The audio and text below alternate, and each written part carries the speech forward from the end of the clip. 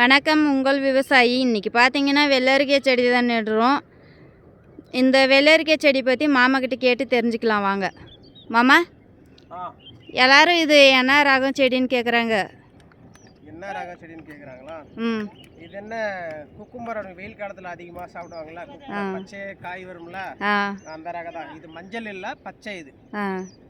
சரி, நம்ம எல்லாரும் வேற தானே போடுவாங்க, நம்ம ஏன் செடி நடுறோம்? செடி நடுறதுக்கு காரணம் என்னன்னு கேட்டீங்கன்னா, விதை நட்டோம்னா எலியெல்லாம் எடுத்து சாப்பிட்றோம்.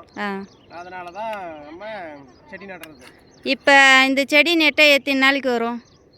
எத்தனை நாளைக்கு வரும்? இப்போ வந்து இது நம்ம நர்சரியில் கொடுத்துருந்தோம்ல போடுறதுக்கு, விதை முளைச்சது கிட்டத்தட்ட பார்த்தீங்கன்னா ஒரு 10 நாள் கணக்காயிருச்சு. இப்போ நம்ம இதை நடவு செஞ்சோம்னா கரெக்டான பராமரிப்பு பண்ணால் 45 நாளில் நமக்கு அறுவடை பண்ணிடலாம். அந்த ரேஞ்சில் வரும். எல்லாரும் செடியை கீழே தானே விடுவோம், நாம் என்னத்துக்கு டொயின்னு இழுக்கிறது? என்ன செடி கீழே விட்டோம்னா இது மண்ணில் இந்த பக்கம் கொடி விடும்போது காயெல்லாம் அடியில் அந்த வெளுப்பு கலர் வர்றது, அது மட்டும் இல்லாமல் புழு கடிக்கிறது, இந்த மாதிரிலாம் இருக்கும். டொயின்னு இழுக்கிறதுனால மேலே ஏறி வந்ததில் கொடி சுற்றிட்டு மேலே சுற்றிட்டு வர்றதுனால எப்படியும் நமக்கு காய் டேமேஜும் வராது. அதுபோல் செடி அவ்வளோ சீக்கிரமாக அடி வாங்காது. இப்போ ஒரு 4 அறுப்பு அறுக்கிறோம் அப்படின்றத விட இன்னொரு 4 அறுப்பு சேர்த்து அறுக்கும். அப்படிங்கிறதுனால தான் இப்போ வந்து டொயினில் செடியை சைடில் கட்டுறது.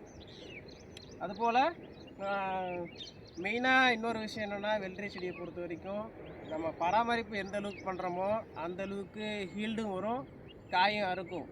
அதுதான் இருக்குது மெயினானது அதுதான். அதுபோல் நாற்று பார்த்தீங்கன்னா நீங்கள் நட வேண்டிய டிஸ்டன்ஸ் எவ்வளோன்னு சொல்லி நிறைய பேர் கேட்குறீங்க. இங்கே பாருங்கள், இந்த இடத்துல இந்த டிஸ்டன்ஸ் தான் மெயின். ரொம்பவும் கிட்ட நட்டோம்னா கூட அந்த கொடி சைடில் லாக்கு அப்படிங்கிறது வரும்போது அந்த சைடு இந்த சைடு ஃபுல்லாகவே புதர் மாதிரி ஆயிடுச்சுன்னு வச்சுக்கோங்களேன். ஃபுல்லாகவே சைடில் உள்ளே இருக்கிற அந்த ஹீட்டுக்கு பூவெல்லாம் கொட்டி போயிடும். எத்தனை அடிக்கு நான் இது காத்தம் போடுறது?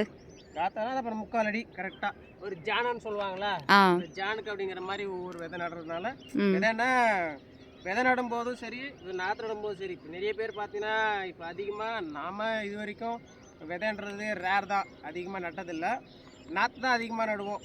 நாற்று நடுறதுனால கிட்டத்தட்ட பாருங்கள், இதுக்கு ஒரு இந்த நாற்றுக்கு வயசு இன்னையோட 12 நாள் ஆகிப்போச்சு கரெக்டாக.